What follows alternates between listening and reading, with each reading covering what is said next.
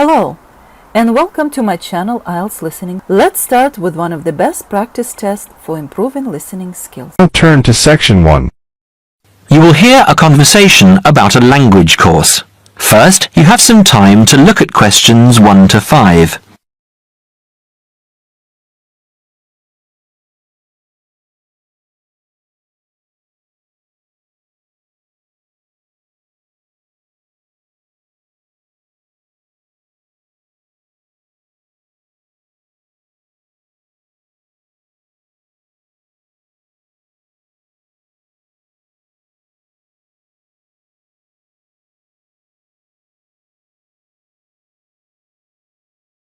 Now we shall begin.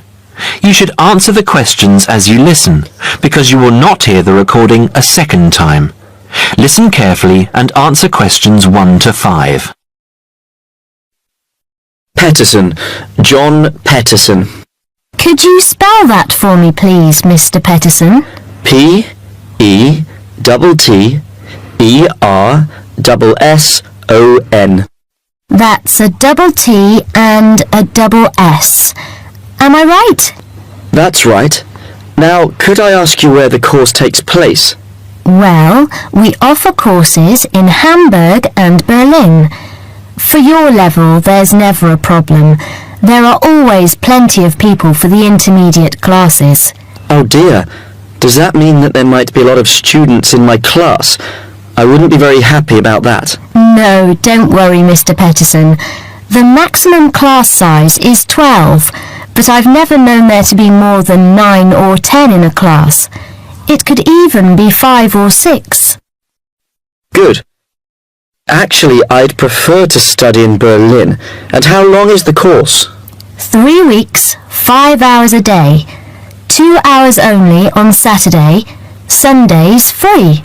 I see. And what about accommodation? There you have a choice, Mr. Peterson. You can either stay with a German family who are used to having such guests, or you can stay on the university campus, or we can book you into a nearby bed and breakfast. Is there a big difference in price? Not really. Staying with the family works out the cheapest, and the bed and breakfast is a bit more money. Staying on the university campus comes somewhere between the two price-wise, but Berlin is not too expensive anyway. Which do you recommend?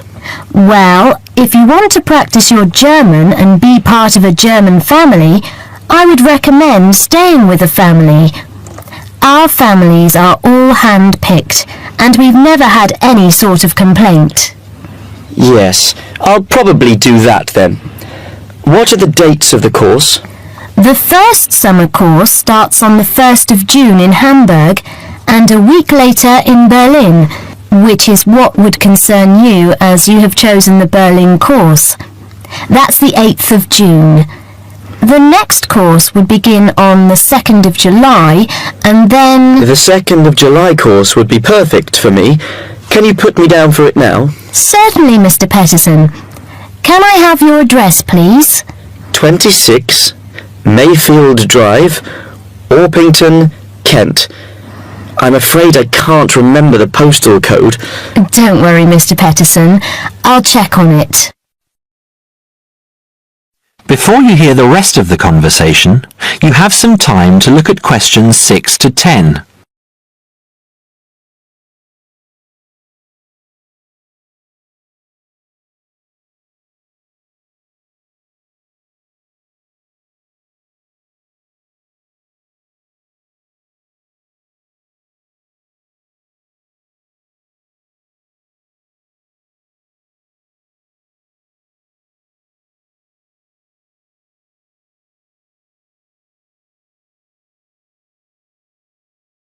Now listen and answer questions 6 to 10.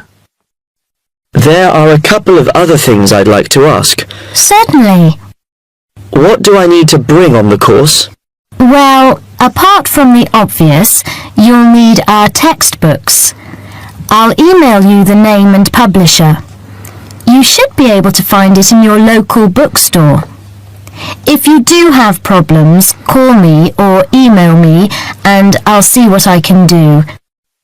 We provide the computers, computer disks, translation exercises and all that sort of thing, but you will need a good dictionary.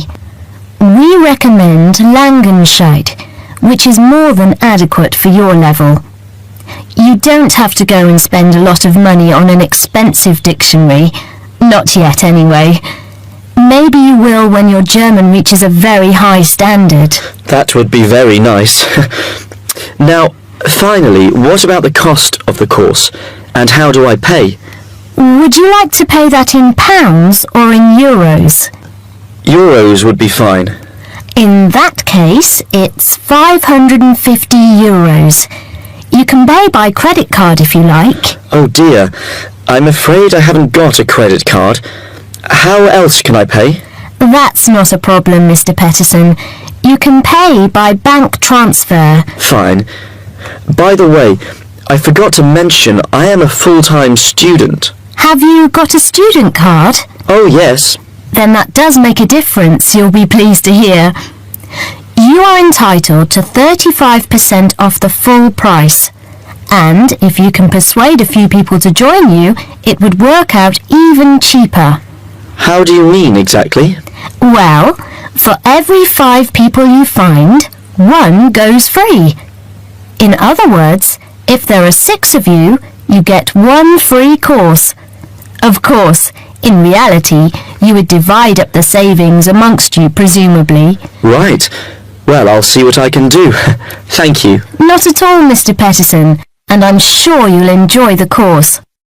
There are, of course, sightseeing possibilities. Would you like me to send you our brochure describing them? Yes, thank you. I'd appreciate that. Anyway, thanks for your help. If I want to call back, who do I ask for? Susanna, I'm here most of the time. That is the end of part 1. You now have half a minute to check your answers.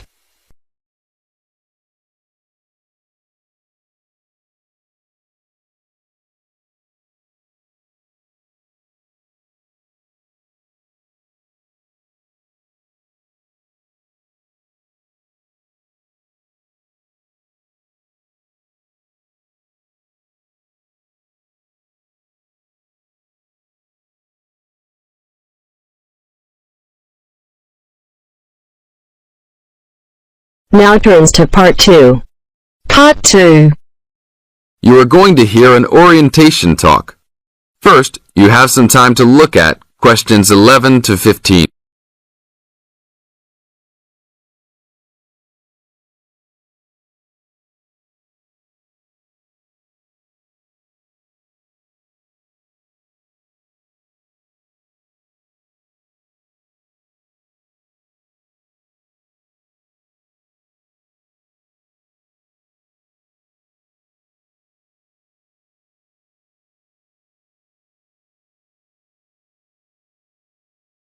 Now listen to the tape and answer questions 11 to 15.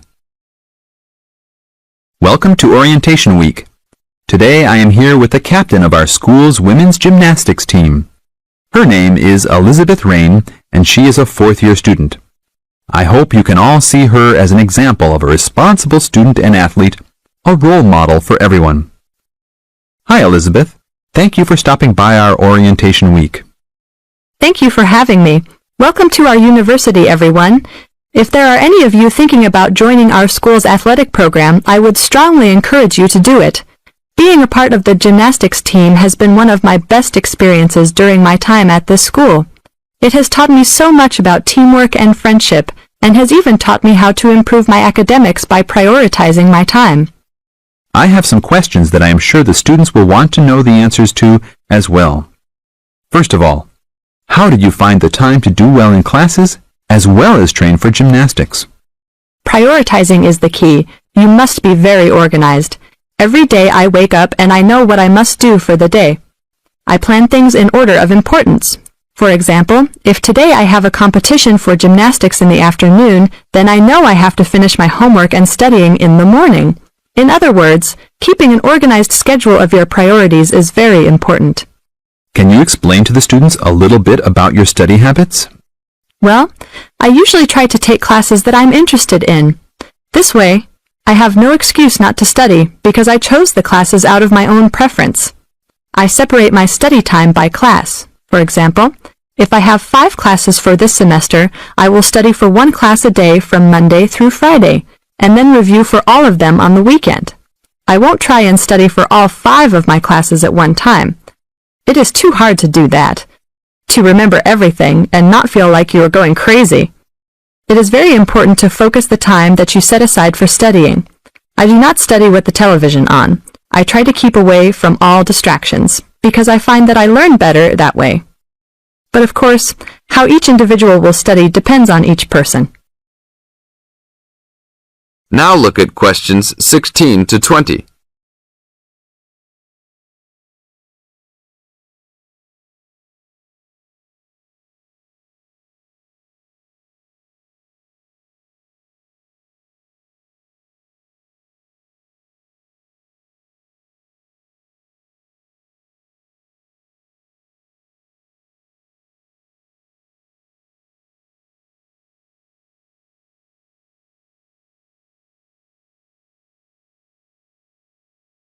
Now listen to the tape and answer questions 16 to 20. That sounds like good advice. Let's talk a little bit about your gymnastics career. How long have you been doing this sport for, and what has been the best moment of your college participation? Well, I've been participating in gymnastics since I was a kid. My parents got me involved in the sport. The best moment. I would have to say that there is not one single instance that stands out in my mind as the best moment, but more of a whole experience. My first year in university was definitely one of the best years of my life. I met my best friends that year and really learned to grow up and be independent.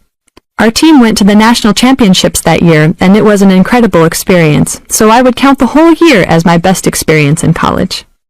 How about the worst moment?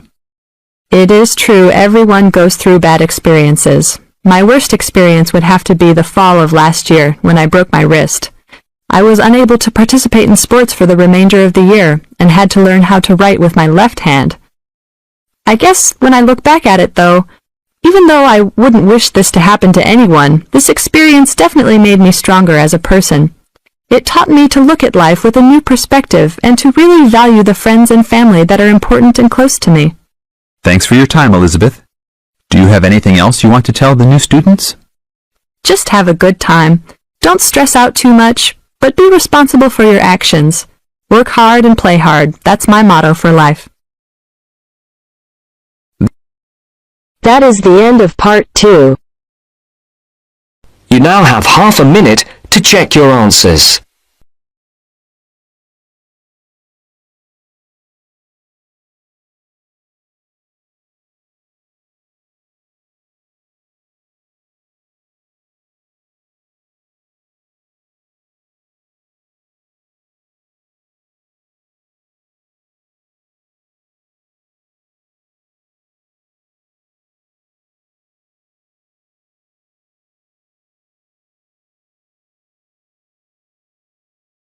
Now turns to part 3. Part 3. You will hear 2 friends discussing what to study at Mitchford University. First, you have some time to look at questions 21 to 27.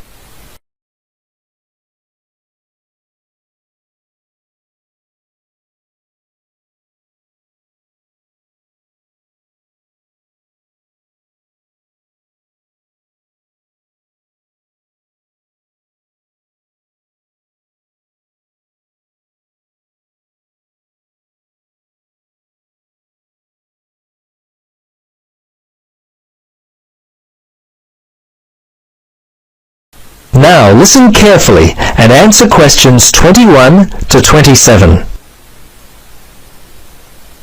Hello, Gloria. Hi, Paul. I just heard that you're studying psychology this year. At the moment, that's true, but to be honest, I'm not sure exactly what to study. You're in your 3rd year at university. Do you have any advice for me? Well, it's a difficult question for me to answer, but I do have some ideas based upon my personal experience that may be of help. Anything would be helpful at this point. I'm feeling a little worried about what I should do. Well, there are a few things that I would recommend. Firstly, ask yourself, what do you really enjoy studying? For example, maths, English, science? This will help you decide what course you should do. The university handbook lists all the courses available. You should take some time to look at it. A couple of my friends spoke with recent graduates of courses which took up a lot of time. Another thing which took a lot of time was an interview at the Dean of Academic Affairs office. They're always so busy there. Unless you've got a lot of time, I wouldn't bother with either of those ideas. Okay. Gloria, I understand there are some excellent publications that I can look at which will help answer my questions. But the trouble is, I'm having a real hard time locating them. Do you know where I might be able to go? Yes, I encountered this very same problem when I was deciding on what to study. I managed to locate a few excellent books that really helped me to decide what was best for me. Now, some of the details will be a little inaccurate. That's no problem. If you could just remember the titles, I'll be able to look them up at the university library. Now, let me just get my pen. Okay, ready? All right. The first book I found was What Should I Do? It was written by Paul Smith, and I believe it was published in 2000 by Smith Brothers. I think this was the best book I read, although Judy Newton's Choosing University Courses was also an excellent help for me. Can you remember what year that one was published? Let me see. Most of the books I read were published around the same year, 2000, I think. I can't remember who published it. I think it was Printers Limited. You'll have to check that one out yourself. No problem. This is just what I've been looking for. Anything else you could recommend? Yes, there was one other book which I remember because my cousin works for the publishers Brown and Tate. He started there in 2002. Anyway, the book's called Surviving University and was written by Julie White. It's an excellent book which came out in 2004. I certainly recommend it. Before you hear the rest of the conversation, you have some time to look at questions 28 to 30.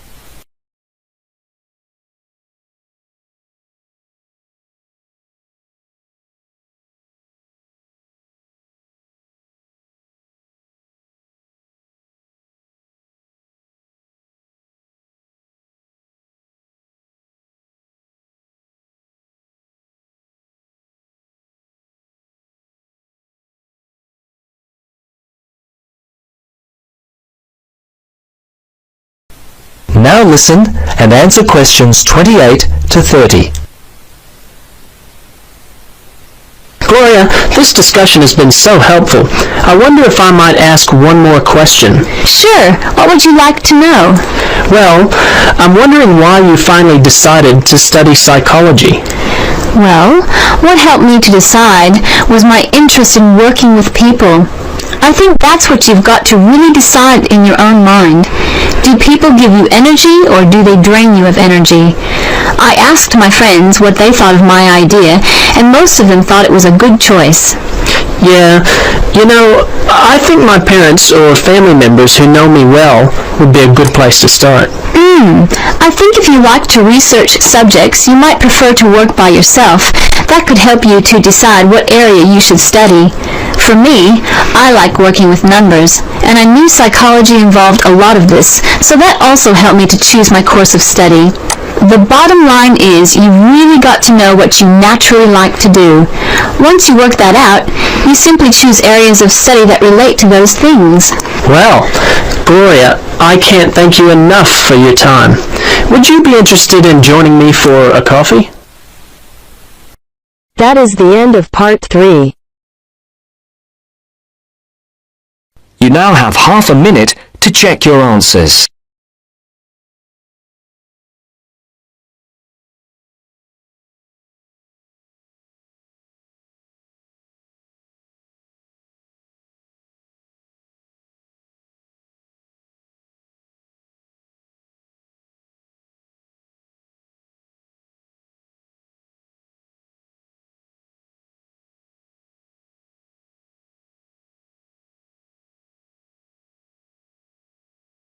Now turns to Part 4.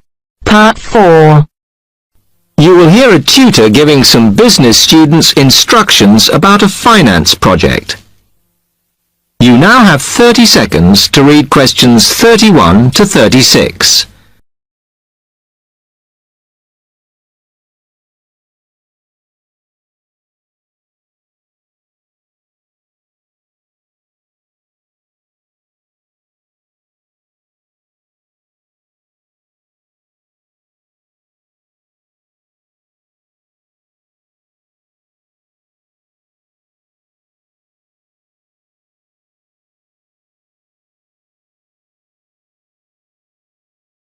Now listen carefully and answer questions 31 to 36.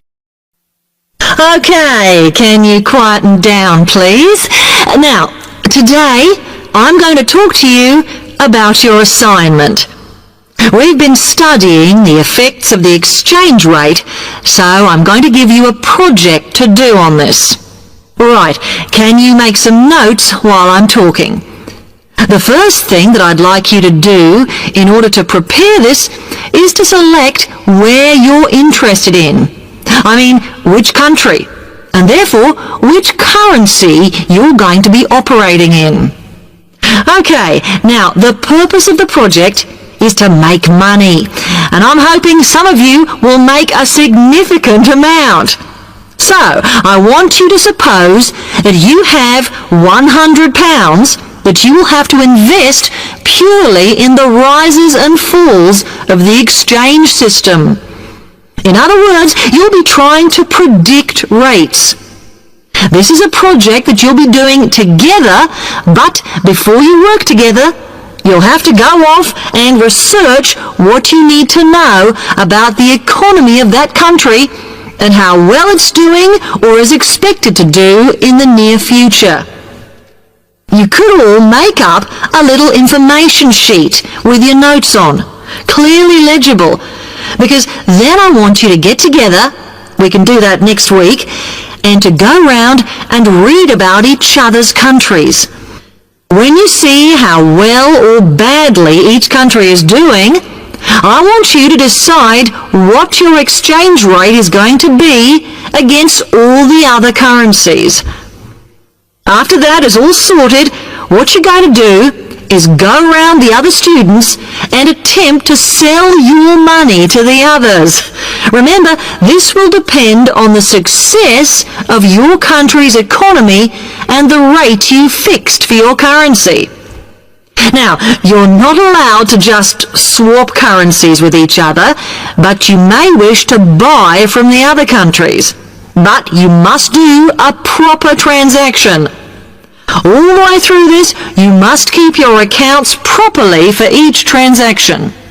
I'll give you 1 week to do this, and then we will set a time for the deals to finish, a bit like the stock exchange. And at that point, I will ask you to calculate how much you have made. Is that clear? You now have 30 seconds to read questions 37 to 40.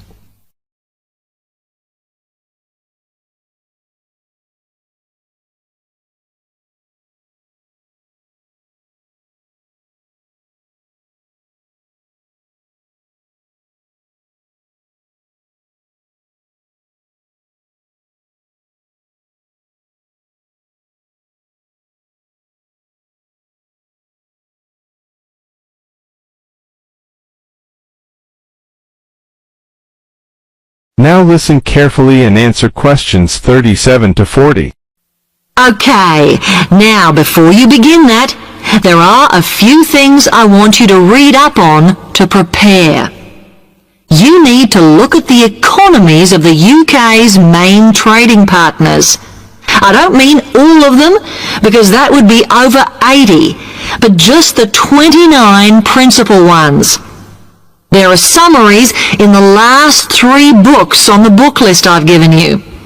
And so that you can practice applying the criteria on assessment I gave you, I'd then like you to focus just on one sector across all the countries. The most common one across every country is farming. But as much agricultural produce is for domestic consumption, I'd like you to look at manufacturing. Then, I would like you to do a detailed investigation of one particular aspect. I was going to give you a choice, but I think as we've just started the course, it's better if we all look at the same thing, and then we can discuss it in the seminars. So the thing I'd like you all to look at is fluctuations in import prices. Now, you need to do all that before you start the project, as it will help you assess the economies of the countries you'll be representing in the project. Don't worry, you've got plenty of time.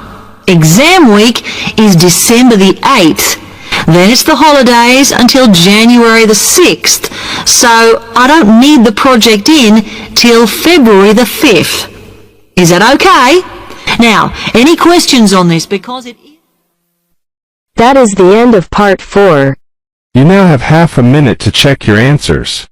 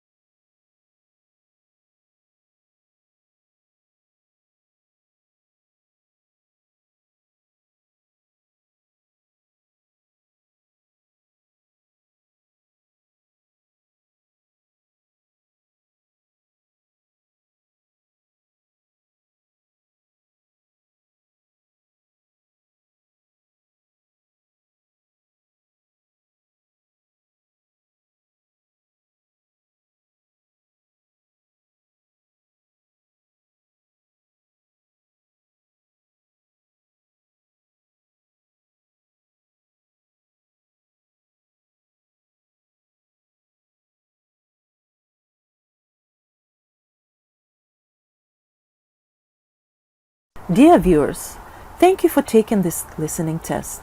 Please let me know about your score in the comments section below. Keep on practicing. It's the only way to be successful.